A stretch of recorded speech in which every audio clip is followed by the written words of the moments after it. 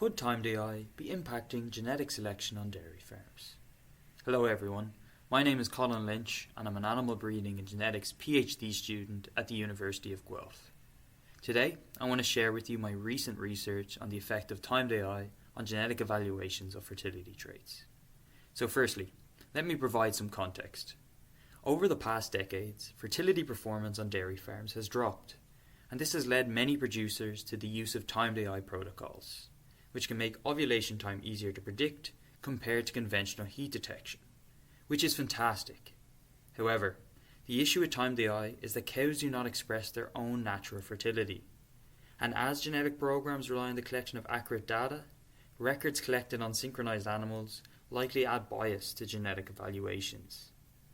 To investigate this, my study compared the genetic performance of bulls for a fertility trait when using only timed AI records versus the same trait when only using heat detection records.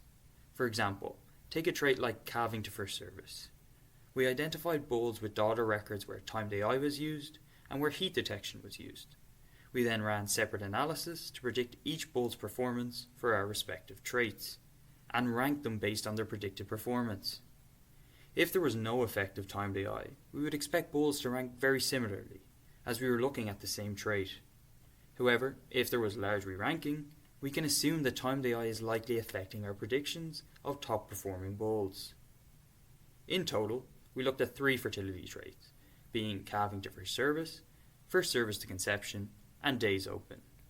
We found that for timed AI, results were more similar across records, which was expected, as with timed AI, the producer is in control of when the animal ovulates, while for natural heat detection, the animal themselves are in control.